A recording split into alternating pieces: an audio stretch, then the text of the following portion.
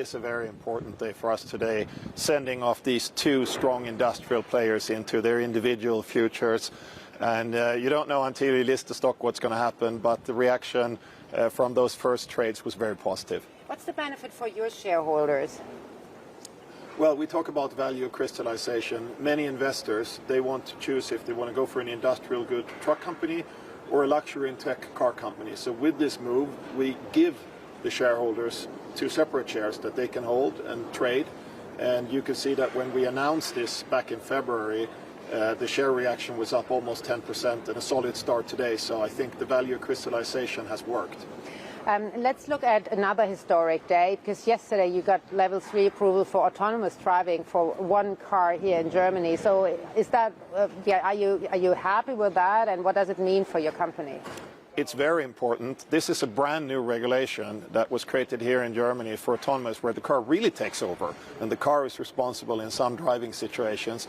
So it feels in a way like putting the first step on the moon with this first certification, and there will be more to come in the future. This is a very, very exciting technological space for us.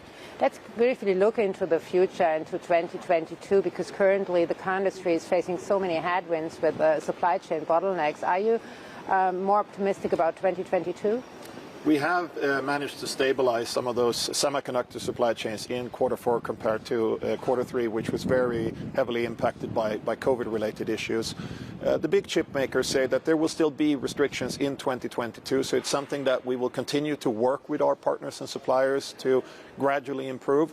And at the same time, we have the best product portfolio ever, so demand is very strong. So we're looking forward to 2022 for Mercedes. I remember that you once told me that your pricing power is extremely good going into that electrified market. Are you still optimistic about your pricing power for your high-end luxury goods? Well, if you look at the reaction to the EQS, which is our flagship electric car and this brand new dedicated electric platform, the reception by customers has been phenomenal, very strong order entry. So on these first steps into an electric era, it feels right. Let me bring you back to the IPO of Daimler Truck, because why are you keeping 35%? Why don't you just give it all away? Important for a spin-off is that you create a majority spin-off so that there's a real stock in the market that can be traded. With 65% spin-off, we have created those circumstances. And we still, as an investor, we hold an interest in the company and can also be a little bit of a protecting minority interest. But industrially, Daimler Truck is now its own company with its own governance, and they will write their own destiny. And Daimler Truck will also deploy another technology, a lot more hydrogen. Are you looking into hydrogen for Daimler, for the cars as well? For long-haul trucking, where trucks go up to 1,000 kilometers a day, maybe they have to haul 40 tons, it makes a whole lot of sense to look at the hydrogen technology because of the energy density of such a drivetrain. We don't have any plans on the passenger car sides at this point. Here we're going for full battery electrification.